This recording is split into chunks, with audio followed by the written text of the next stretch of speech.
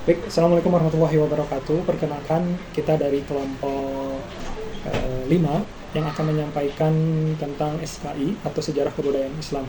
Dalam materi pembelajaran PAI kali ini, sejarah kebudayaan Islam memiliki peranan penting juga, atau dalam kurikulum Merdeka, sejarah kebudayaan Islam menekankan bagaimana seseorang siswa itu bisa mengambil ibroh atau pelajaran dari setiap peristiwa-peristiwa yang terjadi.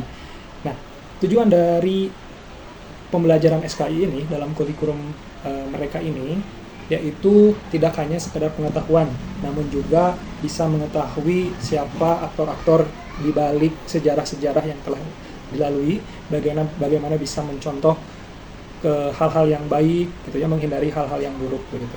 Paling tidak ada beberapa hal yang menjadi tujuan SKI atau sejarah kebudayaan Islam ini dalam kurikulum Merdeka.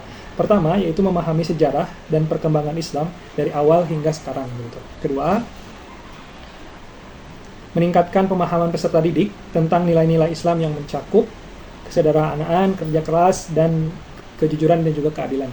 Nah, dari beberapa tujuan tersebut akan menjadi selaras atau akan maksimal yang akan didapatkan oleh para peserta didik ini ketika seorang guru atau penyampai materi pembelajaran PAI ini adalah orang-orang yang memang memiliki kreativitas yang tinggi. Sebab seperti yang kita ketahui bahwa sejarah kebudayaan Islam atau pelajaran sejarah ini terkadang tidak begitu disukai oleh para murid gitu, karena terkesan membosankan gitu ya, terkesan hanya satu arah, menghafalkan huruf-huruf, menghafalkan nama-nama, maksudnya menghafalkan angka-angka yang berhubungan dengan tanggal, berhubungan dengan waktu peristiwa dan sebagainya.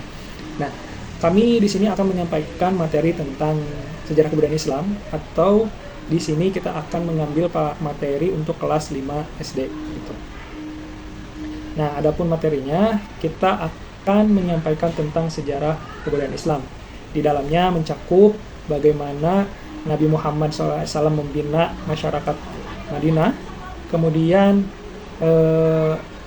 bagaimana adanya peristiwa Fatu Makkah dan sebagainya. Kita akan sampaikan mengenai hal tersebut kali ini begitu ya, yang akan disampaikan oleh teman-teman kami begitu. Insya Allah semoga dapat menyimak dengan baik. Bismillahirrahmanirrahim. Perkenalkan, nama saya Farizal Pius Nayan. Pada kesempatan kali ini saya akan melanjutkan pembahasan yang sebelumnya. Pembahasan yang saya bahas pada kesempatan kali ini yaitu poin B, yang dimana di dalamnya berisi kisah Nabi Muhammad pada masa membangun kota Madinah. Perluasan dan penguatan Islam di Madinah oleh Nabi Muhammad SAW dilakukan dengan melakukan pembinaan di berbagai bidang kehidupan. Nah, yang pertama yaitu pembinaan dalam bidang agama. Nabi Muhammad SAW membangun Masjid Nabawi sebagai pusat ibadah, dakwah, dan juga pengajaran. Masjid ini menjadi tempat para sahabat, termasuk Ahlus Sufah, tekun belajar dan memahami agama, bahkan menghafal hadis seperti Abu Hurairah. Nabi Muhammad SAW membimbing dan mencontohkan langsung bagaimana beribadah dan menuntut ilmu, menjadikan masyarakat Madinah religius dan pembelajar. Konsep masjid sebagai pusat keagamaan ini relevan hingga saat ini, dilengkapi dengan adanya pesantren sebagai pusat tafakuh fiqih. Nah, poin yang kedua yaitu pembinaan dalam bidang ekonomi. Nabi Muhammad SAW memperdayakan ekonomi umat Islam dengan beberapa cara. Nah, cara yang pertama yaitu dengan cara muzora'ah dan muhabarah, yaitu memerintahkan ahli pertanian menggarap lahan orang lain dengan sistem bagi hasil, menjadikan Madinah penghasil kurma terbesar. Nah, yang kedua yaitu pemerataan lahan, yaitu membagi lahan kepada sahabat yang belum memiliki untuk tempat tinggal atau bertani. Yang ketiga yaitu pendirian pasar. Nabi Muhammad SAW sendiri mengawasi pasar, menekankan kejujuran pedagang, pasar bebas dari retribusi, dan melarang monopoli untuk menciptakan ekonomi yang adil. Nah, untuk poin yang keempat yaitu Baitul Mal, yaitu mendirikan Baitul Mal untuk mengelola dan mendistribusikan zakat, infak, dan juga sedekah, memastikan kesejahteraan umat dan membiayai pemerintahan. Yang terakhir, poin kelima yaitu pajak atau jizyah dan bea masuk, yaitu menerapkan pajak bagi non-muslim, khususnya untuk masuk barang dari luar Madinah untuk menambah pemasukan negara dan melindungi produksi lokal. Nah, untuk pembinaan bidang pertahanan ini mencakup beberapa poin juga dalam bidang pertahanan ini, yang dimana perkembangan pesat Islam di Madinah memicu permusuhan dari kaum kafir Quraisy. Nabi Muhammad sendiri membentuk strategi mempertahankan untuk menghadapi ancaman ini yang berujung pada beberapa perang besar. Nah, perang-perang ini ada beberapa poin juga. Yang pertama ada perang Badar. Nah, kaum muslimin sebanyak 314 orang mengalahkan kafir Quraisy yang 1000 orang yang dipimpin Abu Jahal, menunjukkan pertolongan Allah Subhanahu wa taala kepada golongan yang sedikit. Nah, yang kedua yaitu perang Uhud. Meskipun awalnya unggul, kaum muslimin yang awalnya 7.000 orang mengalami kekalahan dari 3.000 tentara kafir Quraisy yang dipimpin Khalid bin Walid, karena sebagian pasukan pemanah tidak mematuhi perintah Nabi SAW. Yang ketiga ada perang Khandaq. Nah, perang Khandaq juga dikenal sebagai perang Ahzab atas usul Salman Al-Farisi. Dan pada perang Khandaq ini, Farid dibuat mengelilingi Madinah untuk menahan serangan 10.000 pasukan gabungan kafir Quraisy. Pengepungan sebulan berhasil dipatahkan oleh badai yang dikirim Allah Subhanahu wa taala. Nah, melalui sebagai pembinaan ini, Nabi Muhammad SAW berhasil membangun Madinah menjadi masyarakat yang aman, damai, sejahtera, dan tangguh, meletakkan dasar-dasar pemerintahan dan masyarakat berdasarkan ajaran Islam. Nah, itu untuk poin B ya. Untuk selanjutnya yaitu poin C ya, yaitu hikmah membangun Madinah oleh Nabi Muhammad SAW. Kisah Nabi Muhammad SAW membangun Madinah kaya akan pelajaran berharga yang relevan hingga kini. Nah, yang pertama, persatuan dan persaudaraan. Nabi SAW menyatukan Muhajirin dan Ansor dalam ikatan Islam, menghilangkan fanatisme kesukuan. Ini mengajarkan bahwa persatuan adalah kunci, dan perbedaan bisa menjadi kekuatan jika dikelola dengan baik. Nah, untuk yang kedua yaitu kepemimpinan yang bijaksana dan adil. Nabi Muhammad SAW menunjukkan keadilan dan kebijaksanaan termasuk kepada non-muslim melalui piagam Madinah. Pemimpin itu harus adil, menghargai perbedaan, dan mengutamakan kepentingan bersama. Nah, untuk yang ketiga yaitu pembangunan berbasis agama dan juga moral.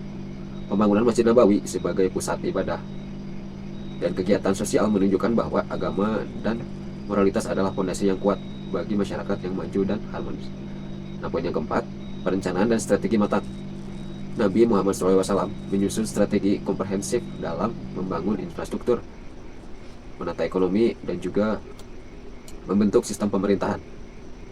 Pembangunan yang berhasil butuh perencanaan matang dan juga visi yang sangat jelas. Nah, untuk poin yang kelima yaitu toleransi dan keberagaman. Madinah meskipun pusat Islam, menghormati keberagaman agama dan budaya. Toleransi dan penghargaan terhadap keagamaan adalah kunci masyarakat inklusif dan juga damai. Yang poin yang keenam yaitu dakwah bilhal. Nabi SAW menyampaikan ajaran Islam melalui tindakan dan keteladanan sehari-hari. Perbuatan nyata dan keteladanan lebih berpengaruh daripada sekedar kata-kata. Nah, poin yang terakhir yaitu ketujuh, keteguhan dalam menghadapi tantangan. Meski menghadapi berbagai rintangan, Nabi SAW dan sahabat mengatasinya dengan kesabaran dan keteguhan. Namun, setiap perjuangan punya tantangan. Dengan kesabaran dan keteguhan, tujuan mulia akan tercapai. Nah, singkatnya, pembangunan Madinah adalah teladan tentang bagaimana membangun masyarakat beradab, maju dan harmonis berdasarkan nilai agama, keadilan, persatuan, dan juga adanya toleransi. Mungkin sekian pembahasan untuk poin B dan juga C ya. Untuk pembahasan selanjutnya akan disampaikan oleh rekan saya. Baik, nama saya Hildan Abdurrahman. Izinkan saya melanjutkan bahasan kita pada kesempatan kali ini, yaitu saya akan melanjutkan poin D, kondisi pelajaran sejarah. Pada umumnya, proses pembelajaran sejarah yang dilaksanakan di sekolah masih bersifat statis dan konvensional. Bersifat statis dapat diartikan tidak adanya perubahan yang dilakukan oleh guru sejarah dari waktu ke waktu. Hanya menggunakan metode konvensional seperti metode ceramah yang ternyata di dalamnya hanya membacakan atau pengulangan kalimat-kalimat yang ada di buku. dan peserta didik hanya memiliki pengalaman belajar seperti mendengarkan, kemudian mencatat dan menghafal materi yang disajikan oleh guru tanpa mengerti apa yang dipelajari. Tanpa mengerti materi apa atau tanpa mengerti apakah materi yang disampaikan atau yang dipelajari memiliki makna dan nilai yang berguna bagi kehidupan peserta didik, sehingga memunculkan persepsi dari peserta didik bahwa pelajaran sejarah itu membosankan. Lalu kemudian menimbulkan persepsi pada peserta didik bahwa pelajaran sejarah itu ternyata menjenuhkan, kemudian kurang menarik, bahkan kurang penting untuk dipelajari. Nah, di sini menurut Abdullah, dia menyatakan bahwa di sekolah pendidikan sejarah masih berorientasi pada pendekatan kronikal dan cenderung menuntut peserta didik untuk menghafal sesuatu peristiwa. Guru tidak membiasakan peserta didik untuk mengambil makna atau nilai-nilai dari materi sejarah yang diajarkan sehingga dapat dijadikan alat bagi peserta didik untuk memahami segala macam peristiwa yang terjadi, untuk memahami adanya dinamika dari suatu perubahan. Nah, kemudian dari pendapat di atas, umumnya pembelajaran sejarah yang terjadi di sekolah masih bersifat monoton. Peserta didik belum mengerti tentang apa pentingnya mempelajari sejarah. Peserta didik belum mampu memahami bahwasanya dalam setiap peristiwa sejarah itu ternyata terdapat nilai-nilai karakter yang sesungguhnya dapat dipelajari dan diteladani dalam kehidupan sehari-hari. Kemudian pembelajaran sejarah dapat menjadikan manusia yang bijaksana ketika proses pembelajaran sejarah tersebut dilaksanakan dengan baik dan benar. Itu kondisi pelajaran sejarah hari ini. Kemudian bahasan terakhir kita pada kesempatan kali ini yaitu urgensi mempelajari sejarah. Lalu apa pentingnya atau urgensi kita mempelajari sejarah? Sejarah merupakan salah satu cabang ilmu pengetahuan yang mempelajari segala peristiwa, tokoh, ide, dan perubahan yang terjadi pada masa lampau. Lebih dari sekedar catatan waktu, sejarah adalah cermin kehidupan yang membuat pelajaran berharga untuk generasi masa kini dan masa mendatang. Di antaranya, yang pertama, urgensi kita mempelajari pelajaran sejarah yaitu mengenal dan memahami identitas diri dan bangsa. Manusia pada dasarnya adalah makhluk yang memiliki akar sejarah. Dengan belajar sejarah, seseorang dapat memahami asal-usul dirinya, kemudian asal-usul budayanya, dan asal-usul bangsanya. Yang kedua, belajar dari pengalaman masa lalu. Sejarah berperan sebagai guru kehidupan. Segala peristiwa, baik yang bersifat positif maupun negatif, dijadikan sebagai pelajaran untuk bertindak lebih bijaksana di masa kini dan masa mendatang. Perang, penjajahan, krisis ekonomi, hingga kebangkitan peradaban semuanya menyimpan hikmah yang bisa menjadi pedoman dalam membuat keputusan. Yang ketiga, urgensi kita mempelajari pelajaran sejarah adalah menumbuhkan kemampuan berpikir kritis dan analitis. Ilmu sejarah tidak hanya bersifat atau berisi hafalan tentang tanggal dan nama tokoh, tetapi juga menuntut pemahaman, analisis sebab akibat, serta interpretasi atas berbagai sumber sejarah. Yang keempat, membentuk kesadaran akan perubahan sosial. Sejarah menunjukkan bahwa masyarakat selalu mengalami perubahan dari waktu ke waktu. Kesadaran ini menumbuhkan sikap adaptif terhadap dinamika zaman, sekaligus mendorong seseorang untuk berkontribusi dalam proses perubahan ke arah yang lebih baik. Lalu yang kelima, menumbuhkan rasa hormat dan apresiasi terhadap perjuangan masa lalu. Mempelajari sejarah membuat seseorang menyadari bahwa kemerdekaan, kemudian kebebasan, dan kemajuan yang dinikmati kita saat ini adalah hasil dari perjuangan dan juga pengorbanan generasi sebelumnya. Nah, kesadaran ini menumbuhkan rasa hormat dan tanggung jawab moral untuk menjaga serta melanjutkan warisan tersebut. Dan yang terakhir, di antara urgensi atau pentingnya kita belajar sejarah yaitu meningkatkan rasa kebangsaan dan toleransi. Dengan memahami sejarah bangsa sendiri dan bangsa lain, seseorang bisa melihat bahwa setiap peradaban memiliki keunikan, kekuatan, dan kelemahannya masing-masing. Baik, mungkin hanya itu saja yang bisa disampaikan pada kesempatan kali ini. Terima kasih. Wassalamualaikum warahmatullahi wabarakatuh.